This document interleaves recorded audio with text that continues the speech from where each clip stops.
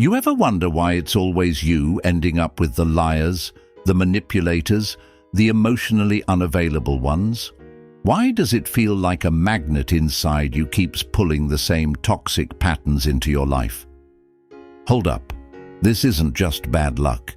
There's a deeper reason behind this cycle, and today we're unpacking exactly why it keeps happening, how to recognize it, and most importantly, how to break free from it. So if you're tired of asking, why do I keep attracting the wrong people?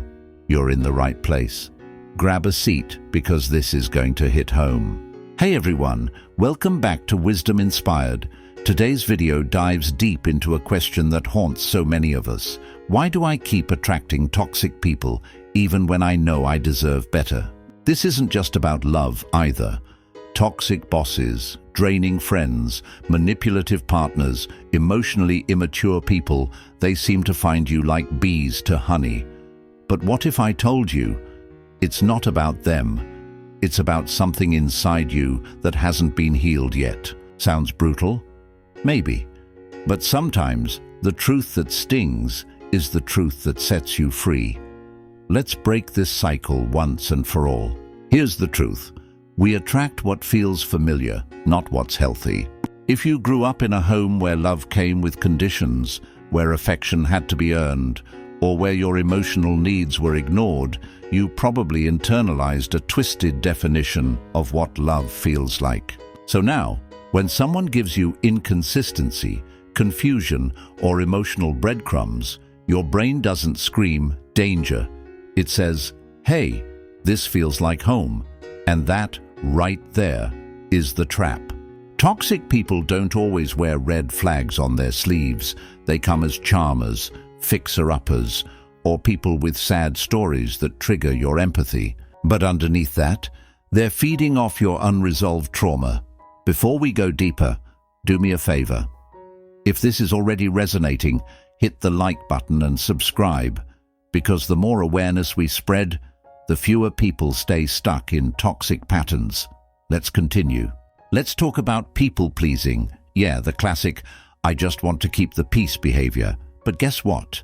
Peacekeeping can become self-abandonment when you let others cross your boundaries to avoid conflict. Toxic people love people-pleasers because you make excuses for their behavior, because you overextend, because you say yes when everything inside you is screaming no. And if you've been conditioned to believe that your worth comes from how useful you are to others, you will keep attracting people who only want to use you.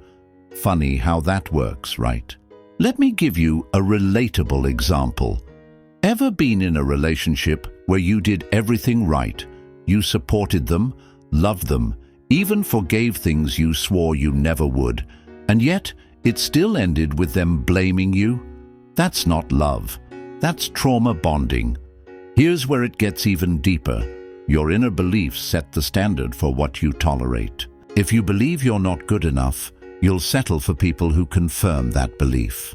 If deep down you think love means chasing, proving, or saving, you'll keep falling for people who make you work for scraps. Let's flip it. When you start truly believing, I am enough as I am. I don't have to fix anyone to be loved. I deserve peace, not chaos.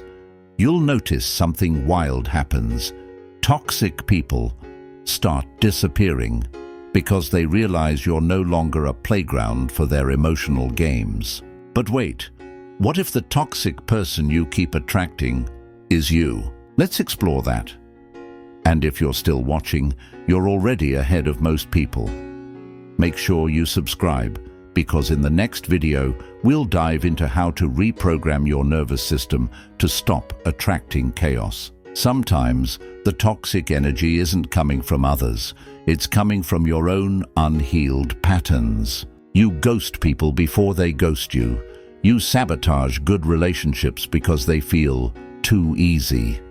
You test people to see if they'll leave just like others did. Sound familiar? That's called protective patterning. You learn to protect yourself by pre-rejecting others, by not trusting love, or by only feeling safe in dysfunction. So the cycle continues. You attract toxic, or you become toxic without even realizing it. But this isn't a death sentence. This is the moment you say, I am not broken. I'm just repeating what I learned. And you start unlearning it. One boundary, one truth, one healed wound at a time. Look, you're not attracting toxic people because you're weak. You're attracting them because somewhere deep inside, your wounds still believe they deserve chaos more than calm. But that's not the end of your story. You can rewire your worth. You can redefine love. You can become someone who no longer attracts toxicity but repels it. And when that happens, you'll meet people who respect your boundaries, match your energy, and love you in a way that feels like peace, not survival. If this spoke to your soul, drop a comment below with, I'm done attracting pain. Let's make this a movement. And don't forget, subscribe for more content like this, because healing isn't a one-time decision. It's a journey, and you don't have to walk it alone. Next time, we'll talk about the 7 subtle habits that make you unknowingly sabotage healthy love. You don't want to miss that. See you in the next one.